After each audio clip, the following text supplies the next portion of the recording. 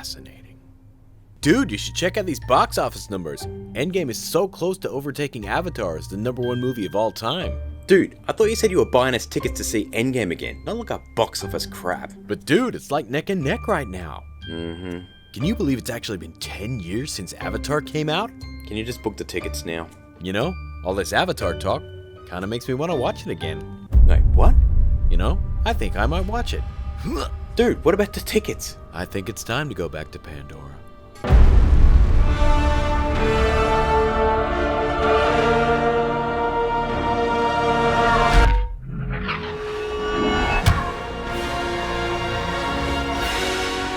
I don't think so.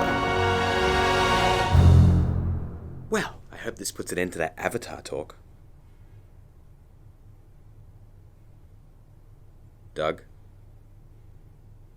Doug? Ooh, he's out. Endgame it is.